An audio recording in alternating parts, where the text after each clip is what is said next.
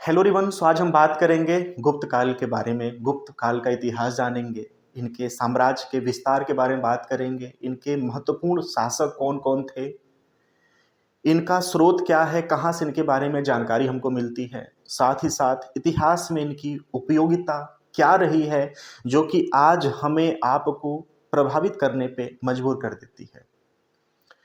जितना भी प्राचीन काल का इम्पोर्टेंट सेगमेंट रहा है, वन बाय वन मैं उसको करवा रहा हूँ।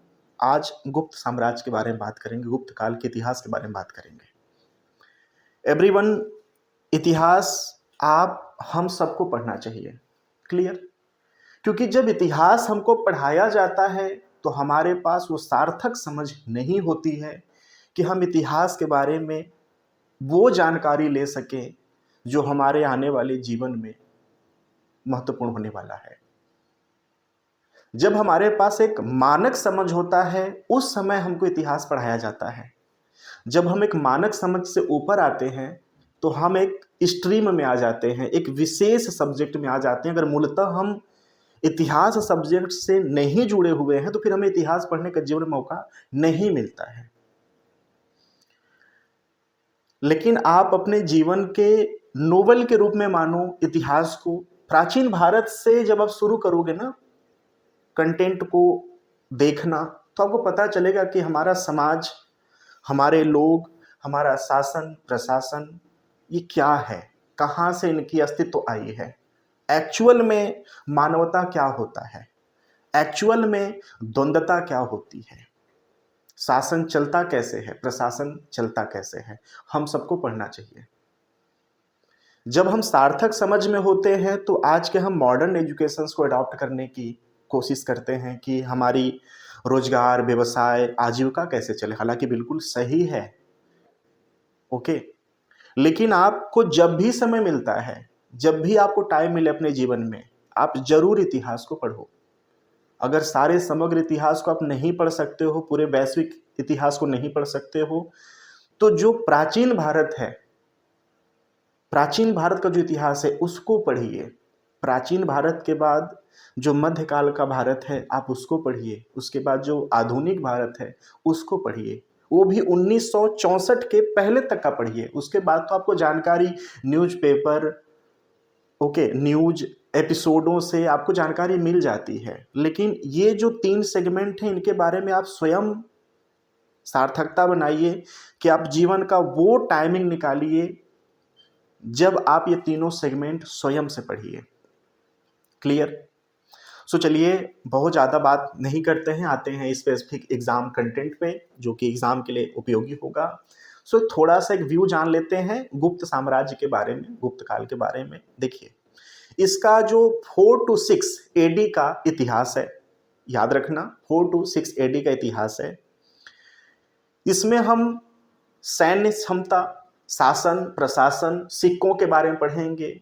सबसे ज़्यादा जो सोने के सिक्के चलाए गए थे वह गुप्त काल में चलाए गए थे। तो आप ये समझ सकते हैं कि जो शासक, जो साम्राज्य सोने के सिक्के की छपाई करवाया है, चलन में करवाया होगा, उसकी आर्थिक स्थिति आप समझ सकते हैं कि आर्थिक स्थिति कहां पर होगी। मैं छोटा सा यहाँ पे समय आपको लेना चाहूंगा कि इन सारे चीजों को पढ़ने के बाद एक चीज मिलता है कि इनका पतन कैसे हुआ है और ये अपने उत्कर्ष पे कैसे चले जाते हैं।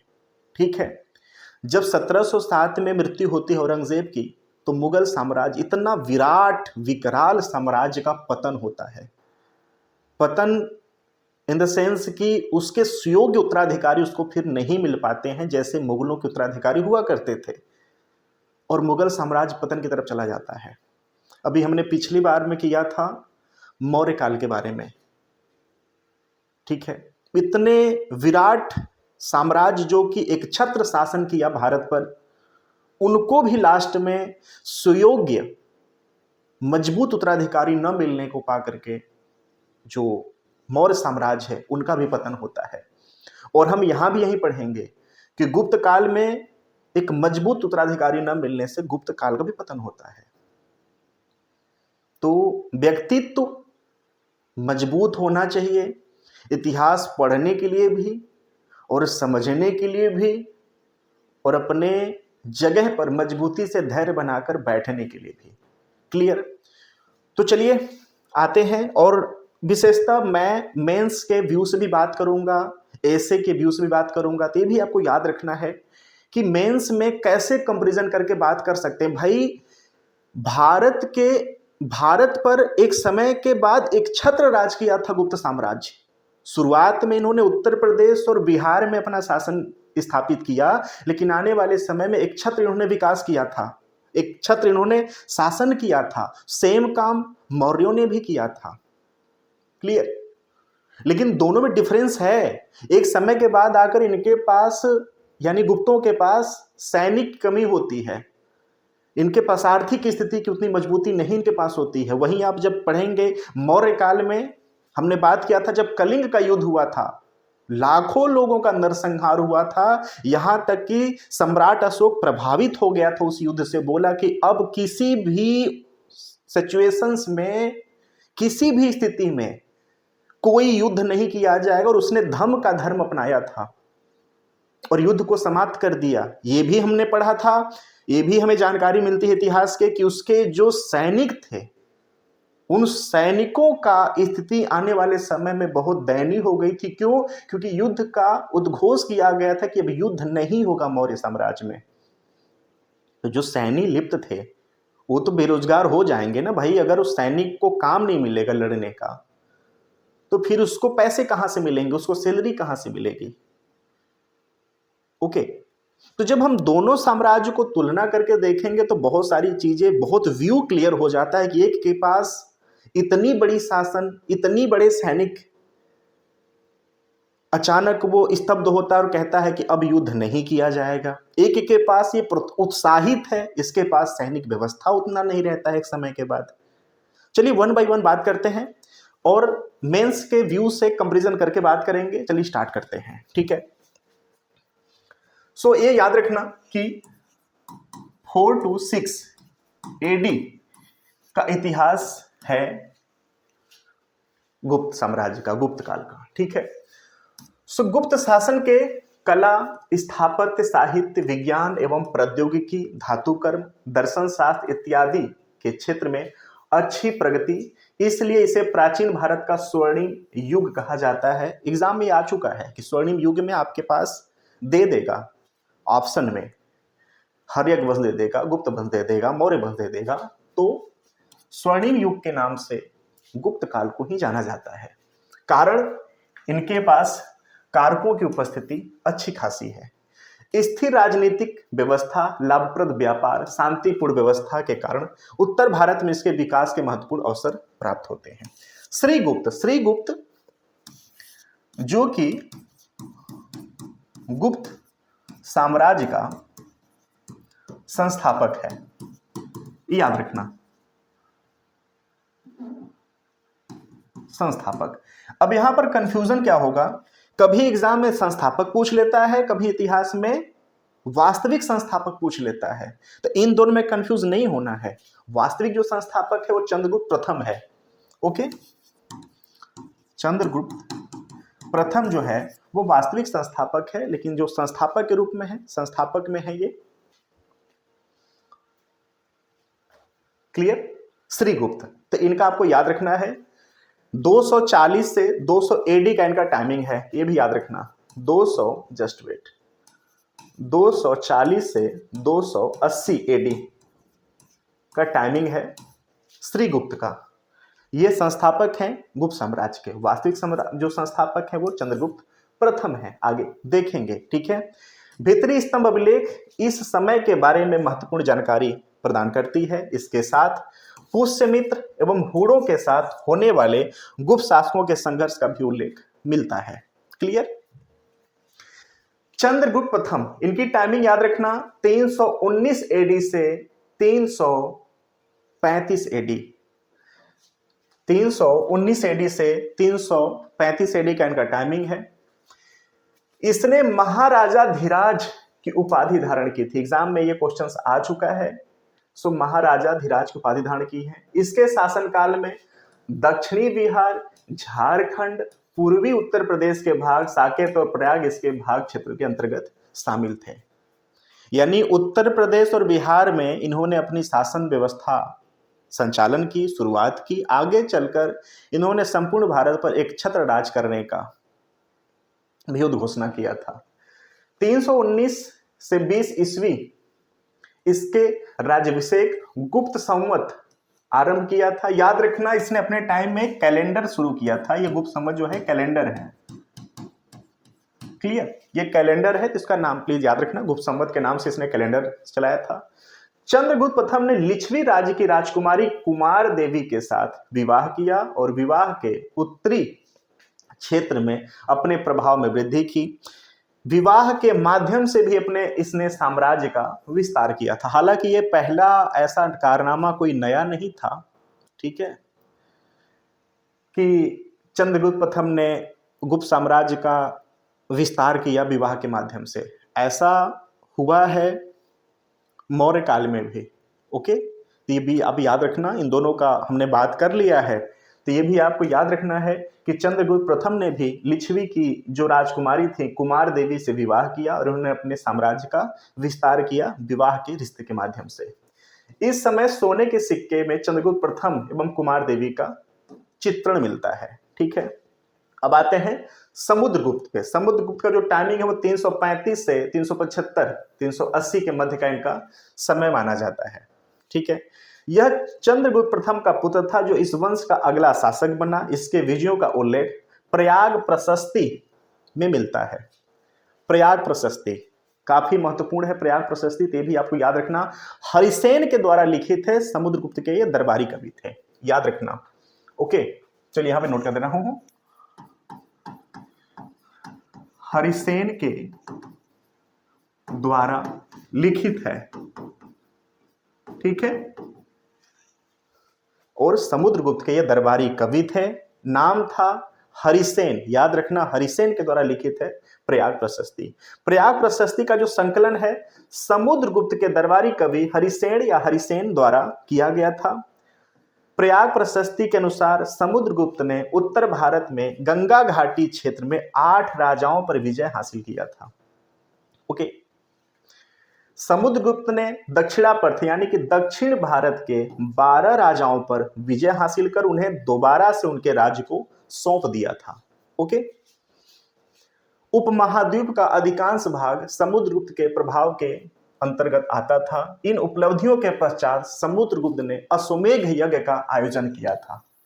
ओके, समुद्रगुप्त ने अश्वमेध सिक्के, वीणा सिक्के चलाए जिन पे इसे वीणा बजाते हुए दिखाया गया है। ये क्वेश्चंस अभी तक जितने स्टेट पीसीएस के एग्जाम हुए, अगर विशेषता में बात करूं, मध्य प्रदेश, उत्तर प्रदेश, बिहार पीसीएस, उत्तराखंड पीसीएस, सब पे ये क्वेश्चंस आ चुका है। यहां तक कि संघ लोक सेवा आयोग यूपीएससी सीएससी के भी एग्जाम में आ चुका है ये क्वेश्चंस, तो ये भी आपको याद रखना है। समुद्रगुप्त एक विजेता के साथ साथ कवि, संगीतज्ञ एवं वीणा का संरक्षक था। इसे भारत का नेपोलियन की उपाधि दी गई है। बहुत इंपॉर्टेंट ये क्वेश्चंस है, याद रखना। विसेंट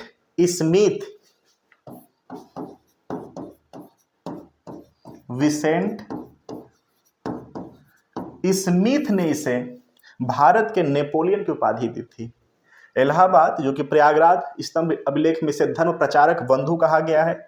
समुद्रगुप्त ने वसुबंधु नामक बौद्ध भिक्षु को संरक्षण दिया था। क्लियर।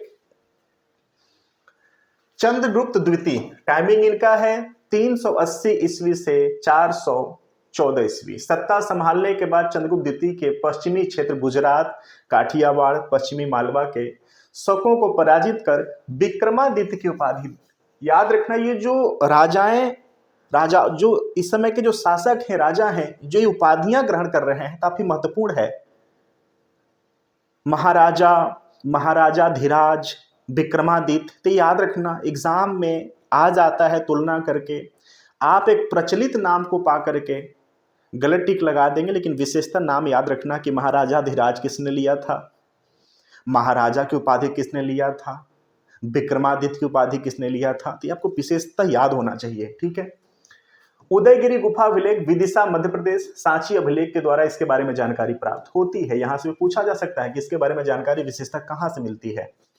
इसने नाग वंश की राजकुमारी कुबेर नागा के साथ विवाह किया। उसकी पुत्री का नाम प्रभावती गुप्ता था। प्रभावती गुप्ता का विवाह वाकाटक वंश के राजा रुद्रसेन द्वितीय के साथ हुआ। रुद्रसेन की मृत्यु के बाद 390 ईस्वी से 410 ईस्वी के दौरान प्रभावती ने शासन की, जो कि वागडोर संभाली। चंद्रगुप्त द्वितीय गुप्त शासनकाल का एक ऐसा प्रथम शासक था जिसने चांदी के सिक्के जारी किए जिन पर शेर की आकृति बनाई गई थी। यह सिक्के शकों द्वारा जारी किए गए सिक्कों के तर्ज पर बनाया गया था। यहाँ पे मैं आपका थोड़ा समय लेना चाहूंगा। जब इनकी शुरुआत होती है ना, तो सोने के सिक्के से होती है।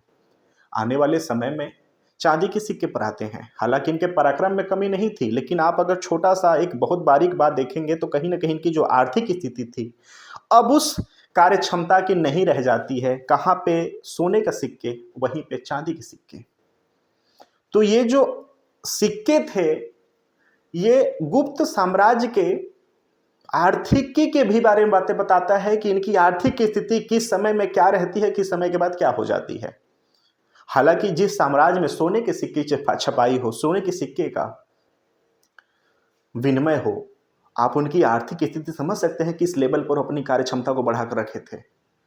ठीक है, तो ये तर्क की बात है, इसको प्लीज आप नोट डाउन करना और एक पॉइंट में बनाकर इसको अपने पास रखना है। ठीक है, क्लियर। दिल्ली में कुतुब मीनार के पास खड़े एक मेहरौली के लोक स्तंभ में यह ज्ञात होता है कि चंद्रगुप्त द्वितीय ने बैक्टीरिया के वलिकास को पराजित किया। कालिदास व अमर सिंह इसके दरबार में रहते थे।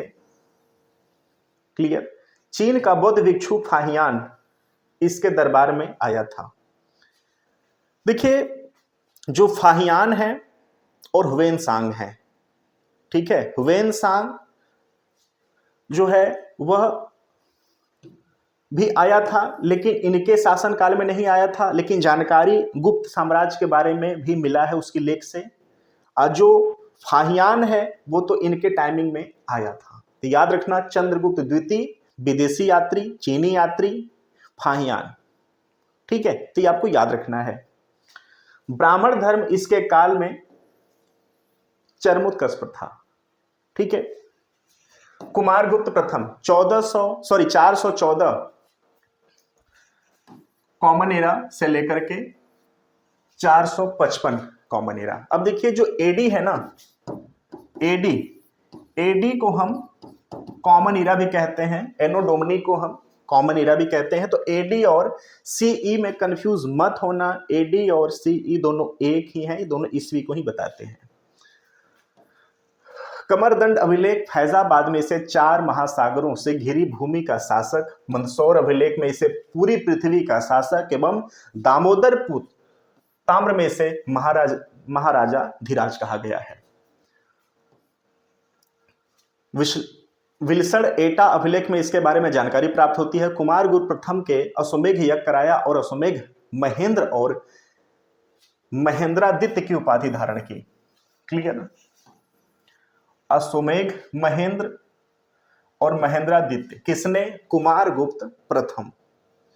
हिंदू कुश दर्रा से हूणों के आक्रमण का भय होने के बावजूद भी इसका संपूर्ण शासनकाल शांतिपूर्ण चलता रहा। इसके शासनकाल में नालंदा विश्वविद्यालय की स्थापना की गई है। ओके, अब आते हैं स्कंदगुप्त पे। यह कुमारगुप्त प्रथम का पुत्र था। इसने अपने जीवन काल में उत्तर पश्चिम सीमांत क्षेत्र में हूणों से बहादुरी से लड़ाई की और उन्हें पराजित किया। भीतरी स्तंभ लेख में पुष्यमित्र नामक जाति इसकी विजय का उल्लेख किया गया है। जूनागढ़ अभिलेख के अनुसार इसने सुदर्शन झील का जीर्णोद्धार कराया है। सुदर्शन झील काफी इंपॉर्टेंट है। इसका निर्माण किसने कराया था? तो जस्ट वेट, जो सुदर्शन झील है, सुदर्शन झील का जो निर्माण है वह चंद्रगुप्त मौर्य ने करवाया था। ओके, चंद्रगुप्त मौर्य ने करवाया था। किसके लिए? सिंचाई हेतु इसका निर्माण कराया गया था। यह मानव निर्मित है, मानव निर्मित। तो ये आपको याद रखना है कि यह मानव निर्मित है। ठीक है। 467 ईस्वी में स्कंदगुप्त की मृत्यु हो गई और इसके बाद अयोग्य उत्तराधिकारियों के शासन किया, जिसके बाद इस साम्राज्य का पतन हो जाता है। सो हमने कुछ महत्वपूर्ण शासकों के बारे में बात किया। कि महत्वपूर्ण शासक कौन है, इनके समय में क्या हुआ था और कैसे कैसे इनका विस्तार होता है और कैसे ये पतन की तरफ चले जाते हैं। हालांकि जो गुप्त साम्राज्य है, गुप्त वंश का जो अंतिम शासक होता है वह विष्णुगुप्त होता है, याद रखना। Just wait. विष्णुगुप्त, विष्णुगुप्त अंतिम शासक माना गया है गुप्त साम्राज्य का। क्लियर।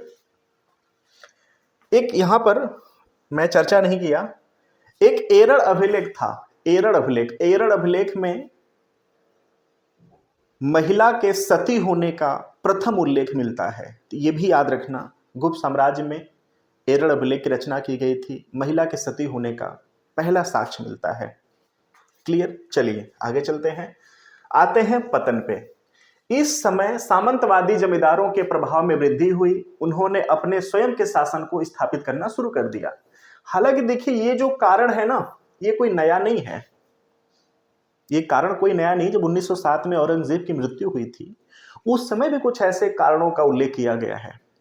मैंने 1857 की जो क्रांति का कंटेंट करवाया है वहां पर भी ऐसे कारकों का मैंने चर्चा किया था। ठीक है। देखिए कोई, अगर हम परिवार की बात करें, हमारा परिवार कब टूटता है? जब उस परिवार में 4 व्यक्ति हों और 4 व्यक्ति विशेष व्यक्ति बनने के जब अवस्थिति में आ जाते हैं तो परिवार हमारा विघटित होने लगता है। हालांकि ऐसा भी किया जा सकता है कि एक परिवार में 4 व्यक्ति हों, विशेष व्यक्ति तो हों, लेकिन किसी एक विशेष व्यक्तित्व को अगर समर्पित अपने को कर दें तो हालांकि वो परिवार न टूटे। लेकिन जब 4 व्यक्ति एक विशेष व्यक्तित्व में परिवर्तन कर लेते हैं तो परिवार में 4 नाम बनकर बाहर निकलते हैं और चारों अपनी अपनी साम्राज्य की स्थापना करते हैं। तो ये जो कारण है ये कॉमन कारण है। ठीक है, ये कॉमन कारण है, तो इसको आप नोट डाउन करिए, विशेषता इसको अपने पास रखिए नोट डाउन करके। जब आप आंसर राइटिंग करेंगे तो ये चीज आप डालना बहुत इंपॉर्टेंट करके, और इसको करके अंडरलाइन करो आप, ताकि आपको ये पता चले कि हम जितने भी साम्राज्य के विघटन के, साम्राज्य के पतन में हम देखते हैं तो ये कारण उभर कर बाहर आता है। ठीक है। चलिए, प्रशासनिक व्यवस्था का विकेंद्रीकृत होना, बड़ी स्थायी सुव्यवस्थित सेना का न होना, सेना का न होना इसके पतन का प्रमुख कारण बनता है। देखिए, इसके पास सुव्यवस्थित सेना का न होना गुप्त साम्राज्य के पतन का कारण बनता है, जो कि वही हमने पिछला एपिसोड किया था मौर्य साम्राज्य का।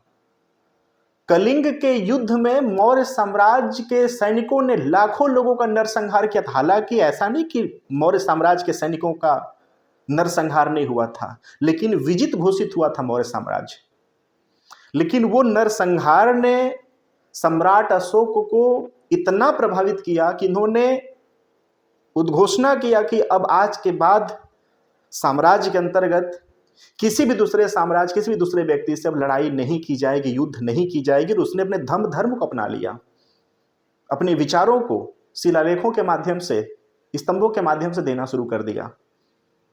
और वहीं हम दूसरे साम्राज्य के बारे में पढ़ते हैं कि इनके पास सैनिकों का न होना इनके पतन का कारण बनता है। हालांकि उनके समय भी यही था, क्योंकि कलिंग का युद्ध हुआ, उन्होंने घोषणा किया कि अब नहीं किया जाएगा। जो सैनिक थे वो अनएम्प्लॉय हो गए आने वाले समय में, और उनको भी आने वाले समय में अपने द्वंद्वी वर्चस्व का सामना नहीं कर पाए और वो भी ध्वस्त हो गए, और ये भी ध्वस्त हो रहे हैं। ठीक है।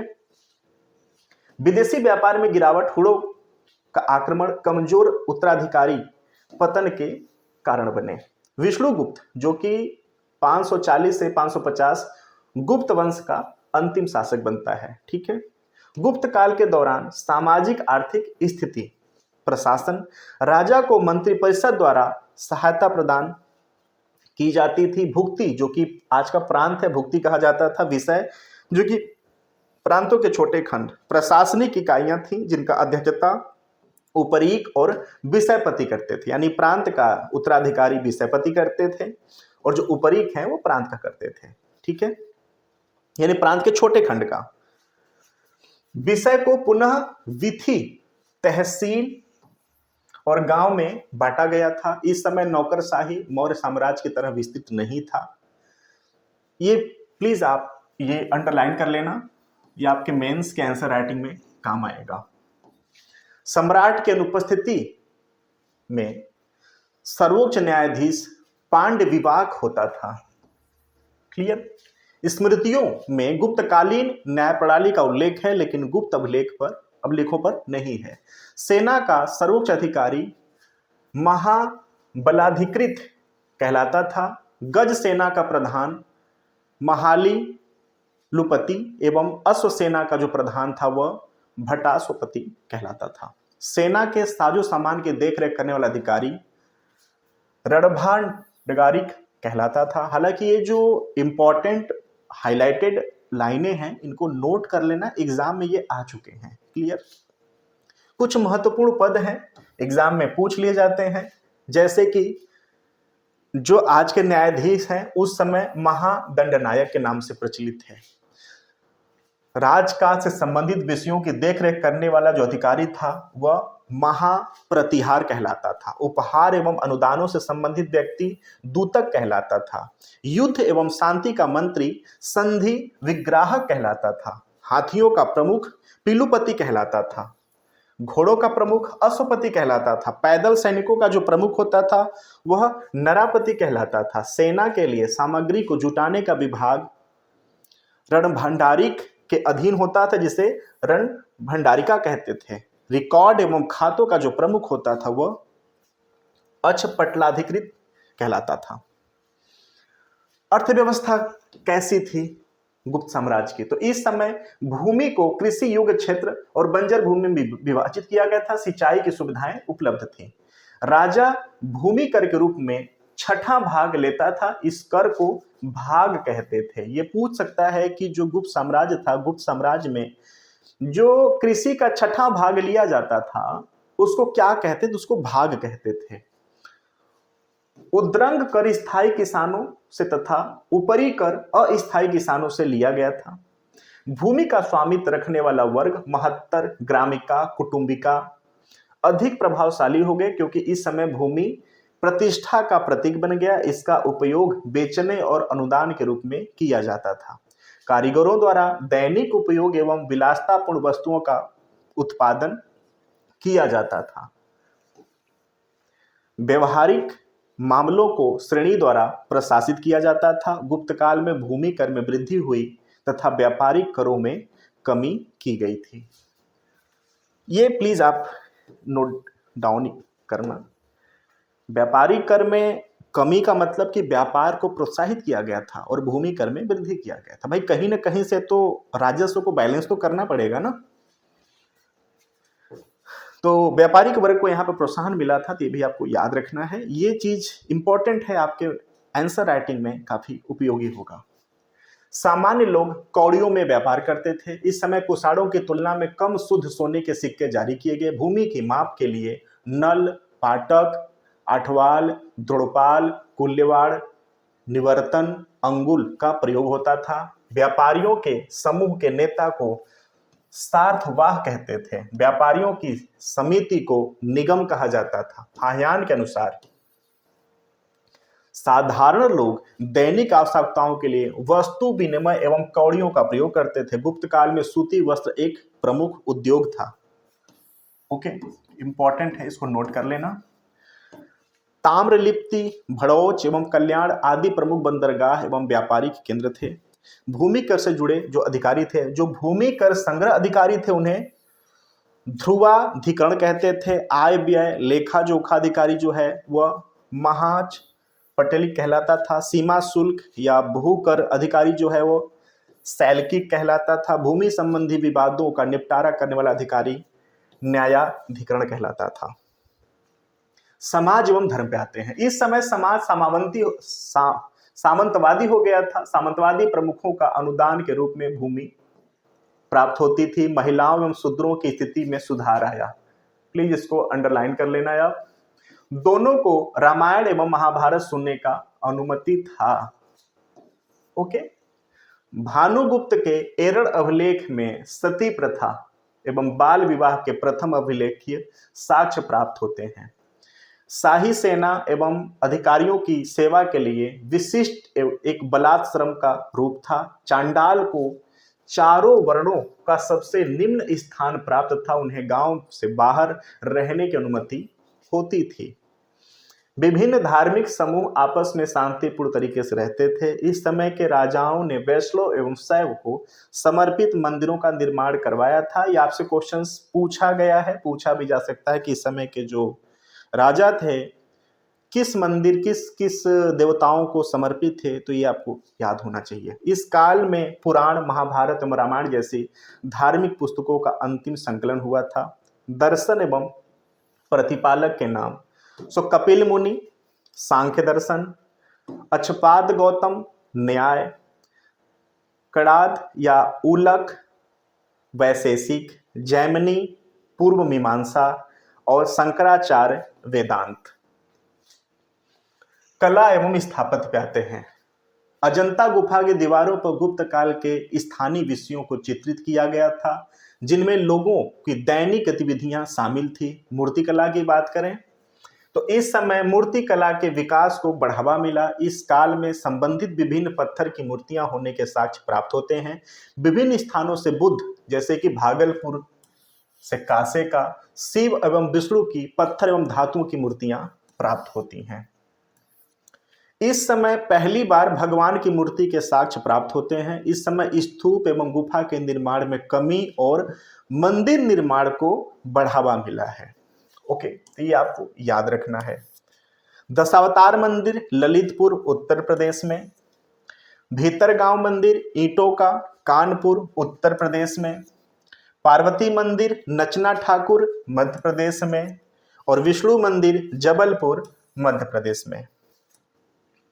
गुप्त काल के दौरान साहित्य, गुप्त काल में विभिन्न स्रोतों से साहित्य के विकास को बढ़ावा मिला, जिसमें नाटक, कविताएं, धर्म, दर्शन, विज्ञान, गणित, खगोल शास्त्र इत्यादि शामिल हैं। चंद्रगुप्त द्वितीय के दरबार में नवरत्न, जिसमें कि अमर सिंह, धनवंतरी, छड़पड़क, कालिदास, धटकर्प, शंकु, वरामिहिर, बरूची, वेताल, भट्ट शामिल थे। इस काल में धर्मशास्त्र, नारद स्मृति, विष्णु स्मृति, बृहस्पति स्मृति, रामायण और महाभारत के भाग और भाषा के 12 नाटक लिखे गए थे। इस समय अधिकांश साहित्य का विकास संस्कृत भाषा में हुआ था। साहित्य और लेखक, कालिदास अभिज्ञान शकुंतलम, विक्रमो वर्षियम, मालिकाग्निमित्रम, कुमार संभवम, रघुवंशम, मेघदूतम, ऋतु संहार, ज्योतिर्विवाह भरण, कामंडक, नीतिसार, विशाखदत्त, मुद्रा राक्षस और देवी चंद्रगुप्तम। याद रखना, ये इंपॉर्टेंट है विशाखदत्त वाला। कुषाण, बृहत कथा, शूद्रक, मृछ काटिकम, वरामिहिर, पंच सिद्धांतम, 5 पुस्तकें जिनमें बृहत संहिता सबसे प्रसिद्ध है। सुश्रुत शल्य चिकित्सा का सुश्रुत संहिता, धन्वंतरी आयुर्वेद, अमर सिंह अमरकोश, आर्यभट्ट आर्यभट्टीय एवं सूर्य सिद्धांत, भास स्वप्नावदतम। ठीक है, सो एवरीबडी, यहां से जो गुप्त साम्राज्य है वो एंड होता है। हमने इसके उत्कर्ष की बात की, पतन की बात करी, इनकी मुद्राओं की, शासन की, प्रशासन की, कौन इनके शासन काल में कौन राजा कौन सी उपाधि लिया था। तो हमने 1 बाय 1 सारे एक लेवल पे सारे सेगमेंट की बात की। अगर आपको यह डिस्कशंस एग्जाम के रिलेवेंट लगता है तो जरूर इसका छोटा सा शॉर्ट नोट्स भी आप बनाओ। चलिए फिर मिलते हैं अगले सेगमेंट में। थैंक यू सो मच, धन्यवाद।